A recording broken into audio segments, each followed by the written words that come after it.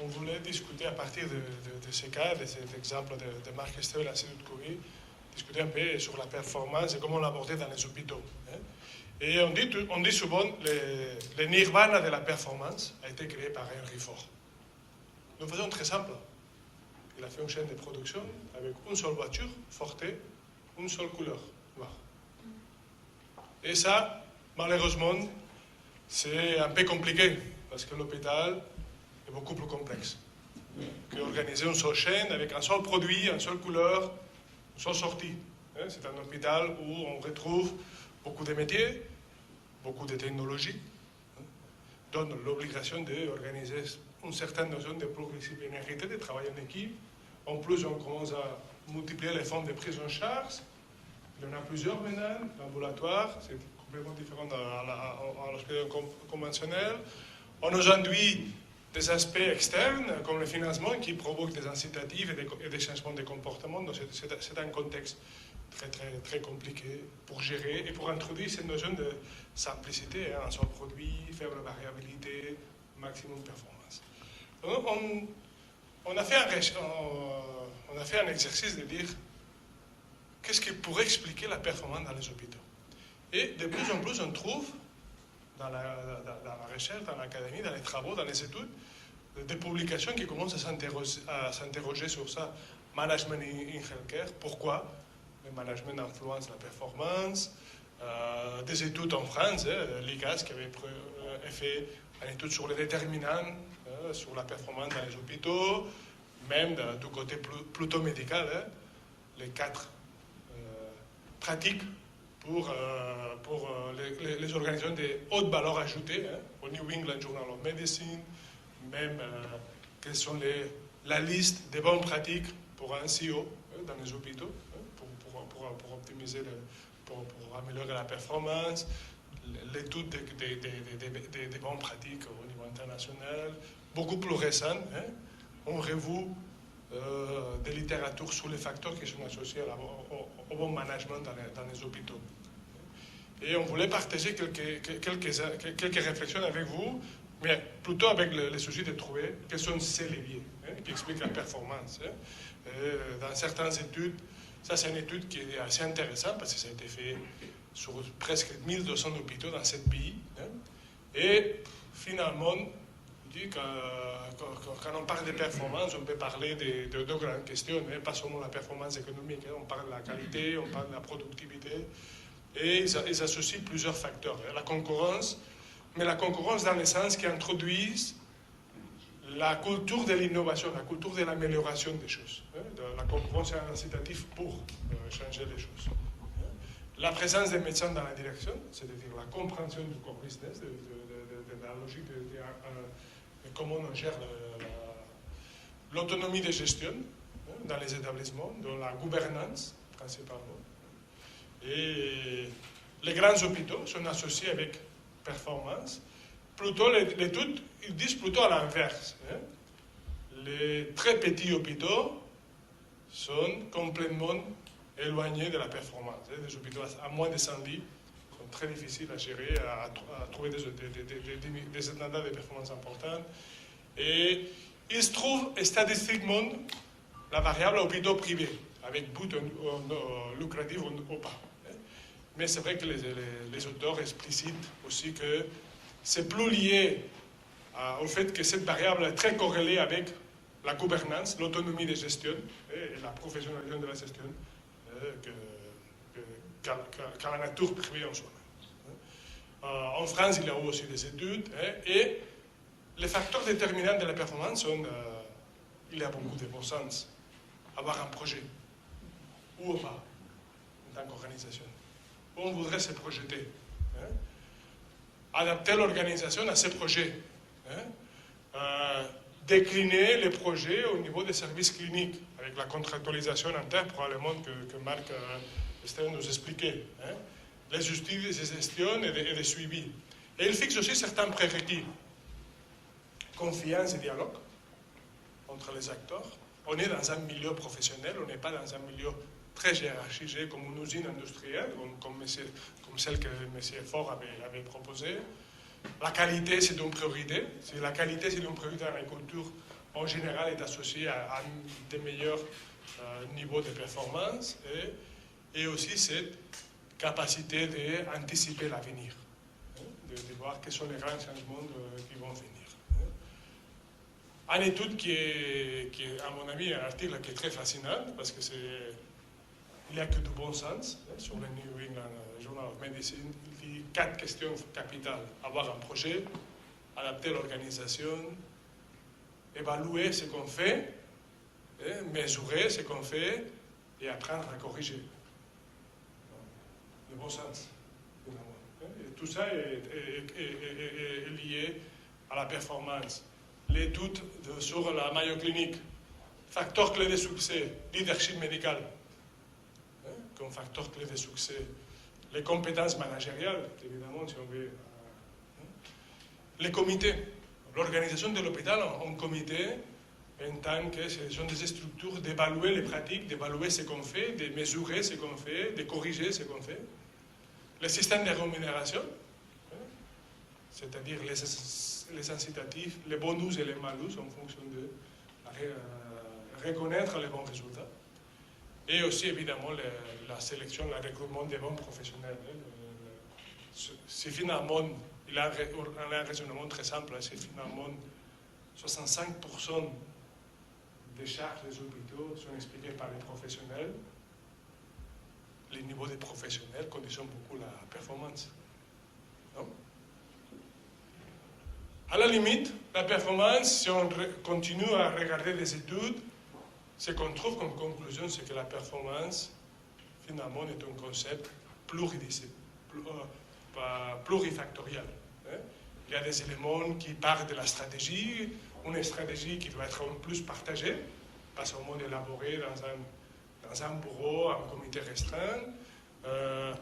Les éléments qui lient à la gouvernance et à la participation des médecins au management. Dans certains pays, et on trouve pas mal de différences entre les pays à ce niveau, comment on organise la gouvernance hospitalière, les rôles des médecins dans la direction, etc. Le leadership médical, on ne peut pas, j'imagine qu'on ne peut pas faire avancer un projet comme on nous expliquait à l'Institut de Curie, sans évidemment une direction qui fixe les cadres, mais sans de 10 directeurs de services qui s'engagent, qui mobilisent ces équipes vers la direction proposée. L'engagement des professionnels, dans un milieu des professionnels, médecins, infirmières, etc. Mesurer, évaluer la transparence des résultats. Ce sont des facteurs tous les facteurs qui apparaissent dans la littérature. Les compétences managériales, logiquement, un contexte concurrentiel et innovant qui provoque la culture d'améliorer, d'innover, d'échanger, de ne pas rester immutable au contexte. Donc, ça sont, comme on voit, des éléments importants et qui configurent une question qui est beaucoup plus complexe que celle qu'on expliquait avec les cas d'Henry Ford. Dans les hôpitaux, si on veut améliorer la performance, il faut intervenir sur plusieurs angles. Et on ne peut pas apporter des réponses traditionnelles, il faut apporter des réponses assez innovantes dans ces contextes. Et pour répondre à des questions qui sont beaucoup plus complexes qu'organiser une seule ligne, un seul produit. Ce sont des questions beaucoup plus difficiles dans un contexte qui va évoluer forcément. Avec l'organisation par réseau, la logique entre l'amont et l'aval de l'hôpital, intervention des différents professionnels, un mode de financement qui va changer, etc. Donc, on a besoin, en plus, à part des éléments très structurels, très tangibles, des éléments qui sont, comme expliquait Edouard au début, beaucoup plus mobiles et beaucoup plus intangibles, qui configurent comment est-ce qu'on est capable d'intervenir auprès des professionnels, de fédérer les professionnels, de les mobiliser pour arriver au bout, pour atteindre les résultats, et comment est-ce qu'on peut, organiser des approches qui nous permettent, via l'intervention sur plusieurs angles d'attaque, d'améliorer la performance. Et on a imaginé dans ces cadres-là, on a créé cette réflexion avec un manager pour dire il faut agir au moins sur 7 leviers. Sur 7 leviers qui, en fonction du contexte particulier, il faudra mettre plutôt l'accent sur un point, sur un levier ou sur l'autre, sur 3 leviers ou sur les 7 en même temps. Ce sont les leviers que maintenant Cédric a expliqué beaucoup plus en détail.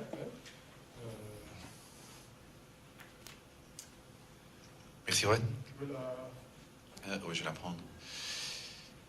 Avant de parler des 7 leviers, je voulais juste faire un petit témoignage, qui est un témoignage lié à ma fonction de consultant, parce que quand on est consultant, on est souvent le réceptacle de toute une série de frustrations dans les organisations. Et donc quand on arrive dans une organisation et qu'on donne une formation, il arrive qu'on prenne une heure pour écouter les frustrations. Et de plus en plus, on reçoit des messages par rapport à une espèce de perception de ce qu'est la performance, la notion de performance, en disant nous sommes des institutions hospitalières. Donc ça veut dire quoi? Ça veut dire que l'objet social de l'organisation, c'est le bien-être du patient. Et on ne nous parle que de performance. Est-ce qu'on ne peut pas nous parler d'autre chose que de la finance? Vous voyez que dans cette phrase-là, vous avez déjà quelque chose qui n'est pas correct. Ça veut dire qu'on associe la performance à la performance financière. Alors, par rapport à ça, le monde de la consultance joue un jeu qui n'est pas toujours un jeu très sain. Ça veut dire quoi? Ça veut dire que si vous regardez le marché de la consultance, vous avez des organisations qui sont très spécialisées dans des niches. Vous avez des consultants qui sont plus spécialisés dans la stratégie des organisations, dans la définition des projets stratégiques. Vous avez d'autres consultants qui sont plus spécialisés dans l'évaluation de compétences, dans la définition de profils de compétences, d'autres consultants qui sont spécialisés dans des systèmes d'évaluation, des systèmes d'indicateurs de performance, etc. Et puis vous avez chaque fois un argumentaire dans le monde de la consultance. On arrive chez notre client en disant, ben vous savez, nous on ne fait pas de la stratégie, on s'occupe des gens. D'accord? On s'occupe du bien-être des gens. Et donc on instaure un climat qui est un peu binaire. Il y a d'un côté ceux qui s'occupent de la stratégie et de l'optimisation des coûts, et de l'autre côté ceux qui s'occupent des gens. D'accord? Ces réducteurs m'ont créé cette perception et cette espèce de dualité de deux mondes qui ne devraient pas s'opposer et travailler ensemble. D'accord? À côté de ça, on voit apparaître d'ailleurs toute une série de nouveaux concepts, comme le concept d'entreprise libérée, qui est un très beau concept en soi, mais si on pousse ce concept jusqu'au bout, on peut tomber dans des dérives qui font qu'on considère les organisations comme étant des démocraties. Des démocraties dans lesquelles tout le monde a le droit de participer, donner son avis, faire évoluer les choses, être dans le co-développement, la co-créativité. Donc tout ça, d'un point de vue purement philosophique, c'est très bien, mais si on se focalise sur des aspects de durabilité et de continuité des organisations, on court un danger si on est extrêmement libre en tant qu'organisation. Donc on doit être vigilant par rapport à ça. Le fait de s'associer avec des bureaux qui ont des approches complémentaires par rapport à nous, ça permet de faire ce qu'on appelle la création de chaînes de valeur de performance. Ça veut dire qu'on a une approche, si on parlait de Ford, on veut parler de Taylor, au lieu d'avoir une approche taylorisée de la performance, qui est de dire, ben tiens, on va intervenir sur l'identité, on va intervenir sur l'adhésion, on va intervenir sur l'innovation. Et en fonction de chacun des champs, je vais choisir un consultant pour l'un, un consultant pour le deuxième, un consultant pour le troisième, etc. Deux dangers par rapport à ça. Premier danger, c'est que ce qui constitue la culture de vos organisations, c'est la consultance. Vous externalisez, les consultants viennent dans vos organisations et apportent une couleur particulière dans votre organisation. Si à un moment donné, vous avez une dizaine de consultants qui viennent dans l'organisation avec 10 couleurs qui ne s'assemblent pas forcément, vous avez un problème. Donc il y a une notion d'harmonisation et de coordination qu'il faut pouvoir apporter. Donc ça, c'est un danger qu'on peut avoir par rapport à cela. Deuxième danger qu'on peut avoir, c'est qu'il n'y a pas de politique cohérente. Il n'y a pas d'alignement entre ce qu'on peut faire d'un point de vue plus opérationnel et d'un point de vue stratégique. Alors avec Antares, ce qu'on a décidé de faire, c'est plutôt que de dire, tiens, ils jouent dans la stratégie, nous jouons dans le people, dans l'humain, on va s'assembler et on va créer une complémentarité de produits. On intervient sur ces 7 leviers qui sont des leviers de performance. Le premier levier, c'est l'identité. Là, on travaille plus sur la... Je ne vais pas aller dans les détails, dans les contenus, parce que ces contenus existent sur le marché, d'accord? Je vous dirai en quoi ça sera innovant, et notre approche est innovante par après. En gros, l'identité, c'est la définition du projet stratégique, des orientations stratégiques, du projet médical, et c'est tout l'aspect plus macro de l'analyse. La gouvernance, c'est la mise en place d'une architecture décisionnelle. On essaye d'identifier... dans la gouvernance, les différents organes de décision, on définit les organigrammes, les descriptions de fonctions, etc. D'accord? Ensuite, on arrive dans toutes les problématiques d'adhésion. Ça veut dire qu'est-ce qu'on va faire, qu'est-ce qu'on va mettre en place pour que le personnel adhère au projet collectif. Qu'est-ce qu'on va définir comme compétences requises dans l'organisation pour pouvoir être en phase avec le projet stratégique. Toutes les politiques de définition de profil de compétences, d'adhésion, d'évaluation, etc. Les aspects culturels, ici aussi, définition de valeurs, se trouvent dans ce champ-là. Vous avez toutes les actions, je ne vais pas en parler ici, c'est toutes les actions qu'on peut mettre en œuvre pour assurer une adhésion par rapport aux orientations stratégiques et la mise en place de plans opérationnels. L'innovation. Alors l'innovation, c'est assez intéressant, parce que quand on regarde les études, on dit voilà, à l'avenir, il va falloir être innovant. Il faut sortir du cadre. Notre cadre de référence historique n'est pas le bon. D'accord? En étant innovant, on favorise l'autonomie. Et parfois, on est tellement innovant qu'on oublie le cadre. Donc c'est intéressant, quand on parle de concept d'innovation, quand on parle de partage d'idées, ces idées doivent s'inscrire dans une ligne spécifique, qui est la ligne identitaire, la stratégie de l'organisation. Et puis il y a tout ce qui est mesure de progrès, tableau de bord, suivi des indicateurs, etc. Tous ces leviers sont des leviers de performance. Vous, si vous analysez le marché, vous pouvez trouver l'entièreté de ces leviers et vous travaillez avec des consultants qui vont vous aider là-dessus. Antares One Management vous propose de travailler dans une logique de complémentarité et vous propose de créer vous-même votre chaîne de valeur de la performance. Donc on n'a pas l'ambition de dire on va vous imposer une chaîne de valeur de la performance, voilà le trajet idéal, parce que le trajet idéal dépend de votre culture, dépend de votre historique, dépend de ce que vous voulez faire sur le plan stratégique, et dépend de toute une série de choses dont seuls vous êtes les maîtres. D'accord? Nous on est des facilitateurs. Alors, comme l'a dit Édouard tout à l'heure, on est spécialisé dans le domaine des hôpitaux. Donc, il y en a certains qu'on connaît ici, on a des projets plus ou moins développés. Je vais vous présenter des exemples de trajets qu'on a pu mettre en place dans ces organisations et qui ont permis de créer de la valeur en termes de performance. Premier type de trajet qui est le suivant, imaginez un contexte de fusion d'entreprise. Qu'est-ce qu'on va faire par rapport à un contexte de fusion d'entreprise? On va travailler sur l'identité. Ça veut dire quoi? Ça veut dire qu'on va définir un plan stratégique avec vous. Par rapport à ce plan stratégique, on va définir un modèle de gouvernance. Par rapport à cela, on va définir une organisation qui est une organisation, un organigramme, un modèle de gestion qui est le plus approprié par rapport aux orientations stratégiques que vous voulez mener. Donc un modèle de gestion. D'accord?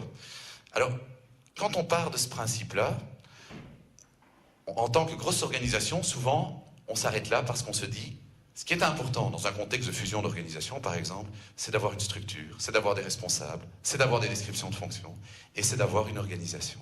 D'accord? Et alors, qu'est-ce qui se passe 2 ans après? Les organisations viennent nous voir en disant, tiens, les gens résistent, les gens ne sont pas en phase avec ce que vous êtes en train de mettre en place. Pourquoi? Parce qu'on a oublié des composantes. Donc ça veut dire qu'une fois qu'on travaille sur l'identité, après, on doit travailler sur, par exemple, la définition d'un style de management ou d'un style de leadership. Ça veut dire quoi? Ça veut dire que dans notre organisation, si on veut évoluer vers cette orientation-là, on a besoin de managers qui soient beaucoup plus dans la délégation, qui soient beaucoup plus dans la facilitation. Si on évolue vers des responsabilités de pôle, par exemple, on est plus éloigné de nos collaborateurs, donc il faut pouvoir travailler l'autonomie, etc. Donc on va définir un style de leadership. Une fois qu'on a défini un style de leadership, c'est pas tout. Il faut pouvoir évaluer les compétences de nos managers actuellement, mesurer les écarts et mettre en place des plans de développement. D'accord? Donc c'est ce qui s'appelle le développement et la formation. D'accord? Et suite à cela, ce n'est pas tout. On a souvent l'habitude de dire, oui, vous les consultants, vous avez de belles idées, mais quelle est la vraie valeur ajoutée de ce que vous êtes en train de faire? Et là, on peut mettre à disposition aussi tout l'aspect de gestion par objectif, d'indicateurs, et mise en place ce qu'on appelle le performance management, c'est-à-dire l'évaluation de l'atteinte ou non de ces objectifs. Donc c'est tout ce qu'on appelle le performance management. Exemple un peu traditionnel de ce qu'on peut faire en tant que intervenant dans la complémentarité Antares One Management. Antares travaillerait sur l'identité, sur les modèles de gouvernance, et nous on travaillerait plus sur le profil de leadership, l'évaluation des compétences et tout ce qu'on appelle système d'évaluation et de gestion de performance. Alors, je vais donner un deuxième exemple, qui est un exemple sur lequel on travaille beaucoup pour l'instant. Vous avez une organisation qui souhaite développer ce qu'on appelle l'amélioration continue. C'est une orientation stratégique, l'amélioration continue. On part de là, amélioration continue. C'est un des segments de l'orientation stratégique. Très bien. Alors, on peut faire l'amélioration continue de 10 000 façons différentes. Par rapport à l'amélioration continue, nous, on va travailler avec l'organisation et on va leur dire, OK, par rapport à l'amélioration continue, quel est le modèle de gestion que vous voulez mettre en place? D'accord? Donc, on va travailler sur le modèle de gestion qui va favoriser cette amélioration continue. Et donc, on peut mettre ici en place ce qu'on appelle le cluster, qui est repris ici, d'innovation. En quoi vous voulez innover par rapport à votre modèle de gestion, qui est plutôt traditionnaliste, pour être dans une logique d'amélioration continue. Une fois qu'on a innové et qu'on a défini le nouveau modèle de gestion, on va dire, OK, les managers qui sont là actuellement, est-ce qu'ils sont capables d'être le moteur de ces nouveaux modèles de gestion? Et plus particulièrement, les middle managers, qui sont les principaux acteurs du changement dans les organisations. Les chefs de service, etc. Et donc, on va définir un programme de développement pour le middle management, d'accord? Dans lequel on va retrouver différents axes. Un des axes, par exemple, c'est ce qu'on appelle le manager coach, évoluer d'une logique de manager plutôt top-down, orienté objectif, rationnel, vers du manager coach qui stimule les autres à être acteurs de leur propre développement. Exemple ici, management coach qui fait partie du programme. Et puis, vous avez des gestionnaires à la tête des hôpitaux qui vont vous dire, de nouveau, c'est bien gentil, management coach, c'est très à la mode, ça rend les gens heureux parce qu'ils participent à l'effort collectif, mais qu'est-ce qui me prouve que vous apportez une plus-value? Et donc, il faut de nouveau mettre en place des systèmes d'indication, d'indicateurs de performance. D'accord? Alors, tout ça, ça n'improvise pas. Ça veut dire qu'on peut aussi mettre à votre disposition des responsables de projet qui interviennent sur toute la chaîne de valeur du début à la fin. De nouveau, sur cet exemple, on retrouve la complémentarité entre Antares et One Management. Voilà, ici, c'est deux exemples un peu globaux. Maintenant, vous pouvez avoir des exemples très spécifiques. Imaginons que vous ayez un département qui dysfonctionne dans votre organisation. Je prends l'exemple d'un département, prenons l'exemple du département radiologie d'une organisation, par exemple. Ou ça peut être le département infirmier, mais prenons l'exemple département radiologie. Et dans ce département, il y a du dysfonctionnement, il y a un problème de performance, les gens ne s'entendent pas, etc. Ce qu'on fait alors à ce moment-là, on fait d'abord un audit, on analyse les problématiques.